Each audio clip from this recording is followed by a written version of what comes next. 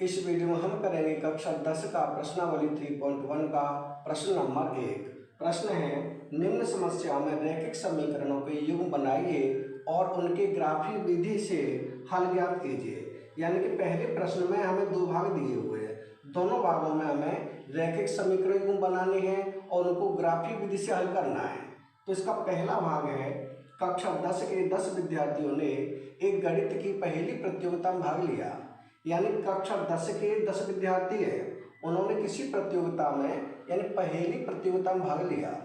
यदि लड़कियों की संख्या लड़कों की संख्या से 4 अधिक हो, यानी जो लड़कियों की संख्या है वो लड़कों की संख्या से 4 अधिक है, तो प्रतियोगिता में भाग लिए लड़कों और लड़कियों की संख्या ज्ञात कीजिए।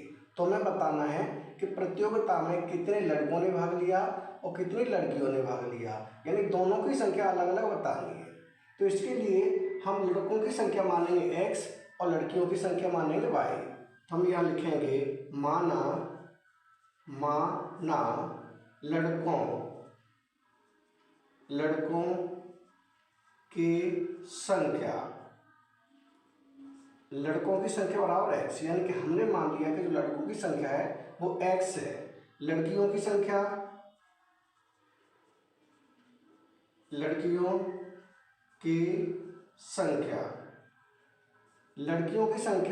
y है। अब हम देखेंगे लड़के और लड़कियां दोनों मिलकर है 10, तो दोनों को अगर हम जोड़ देंगे तो 10 के बराबर हो जाएगा। तो ये हो जाएगा x प्लस वाई बराबर 10। ये बन जाएगा समीकरण 1, क्योंकि जो लड़के हैं और लड़कियां हैं दोनों को जोड़ने पर 10 हो जाता है। कुल 10 विद्यार्थी है, तो ये हमारा यहाँ से समीकरण 1 बन गया। अब हम बनाएंगे समीकरण नंबर 2।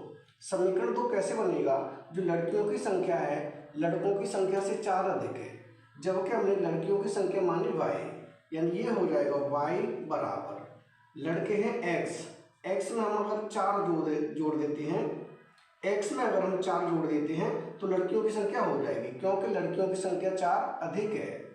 तो ये हो जाएगा x को हम इस साइड लेके आएंगे तो हो जाएगा माइनस के, यानी ये हो जाएगा -x प्लस y बराबर 4। ये हो जाएगा समीकरण दूसरा।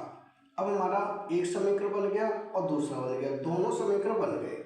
दो समीकरण बनने के बाद अब हम बनाएंगे इनके बॉक्स। तो पहले बनाए पहले समीकरण के लिए, तो यहाँ बना लें एक बॉक्स।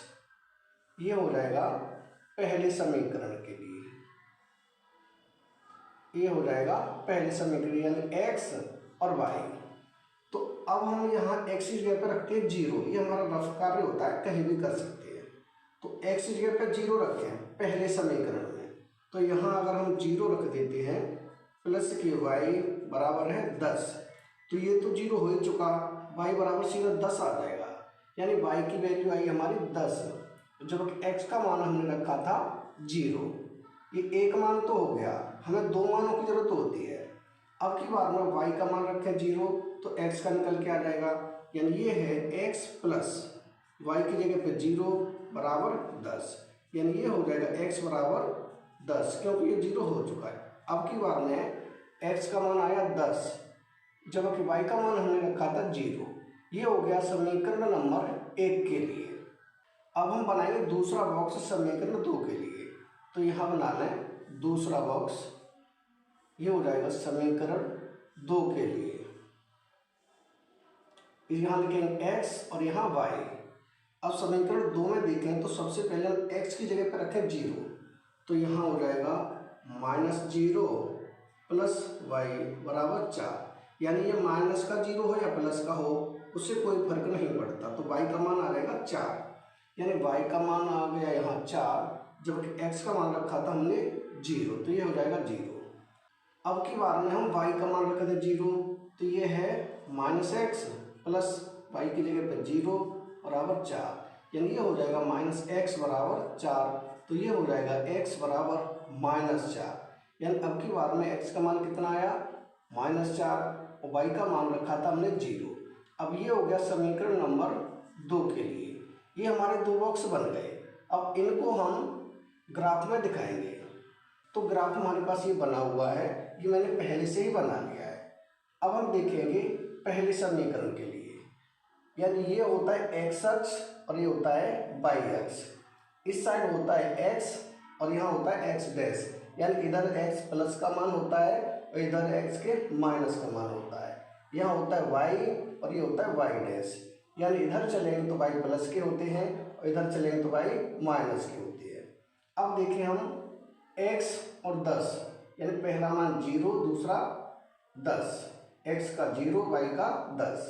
तो x का 0 यहाँ होता है मूल बिंदु, x और y दोनों का मान यहाँ होता है 0, और y का है 10, तो y का 10 प्लस के इधर होगा, यानी यहाँ हो जाएगा, यहाँ हो जाएगा 0 और 10, क्योंकि x अक्ष पर y का मान 0 होता है और y अक्ष पर x का मान 0 होता है। यह हम लिख सकते हैं 0 और 10, ये वाला पॉइंट हो जाएगा 0 और 10।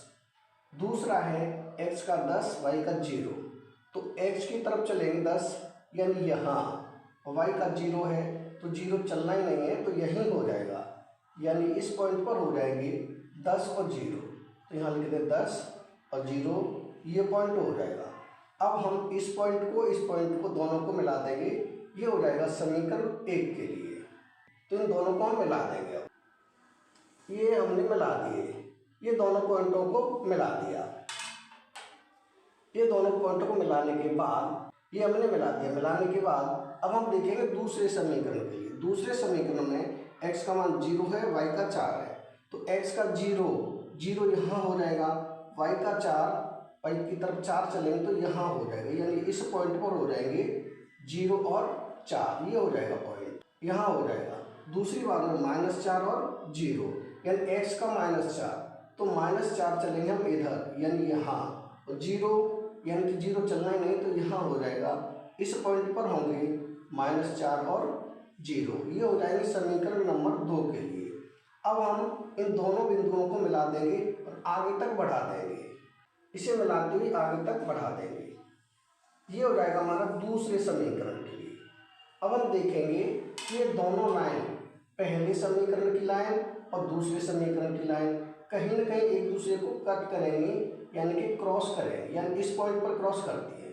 इस साइड हम इधर देखेंगे तो यहाँ 3 हो जाएगा, इस साइड देखेंगे तो यहाँ 7 हो जाएगा, यानी ये हो जाएगा यहाँ 7 और ये हो जाएगा इस साइड ये 3, इस पॉइंट पर होगा यहाँ बीच में, यानी ये इसके जो पॉइंट हो जाएंगे 3 और ये हो जाएगा 7, यानी पहला x का, दूसरा y का, ये हो जाएगा x का मान और ये हो जाएगा y का मान।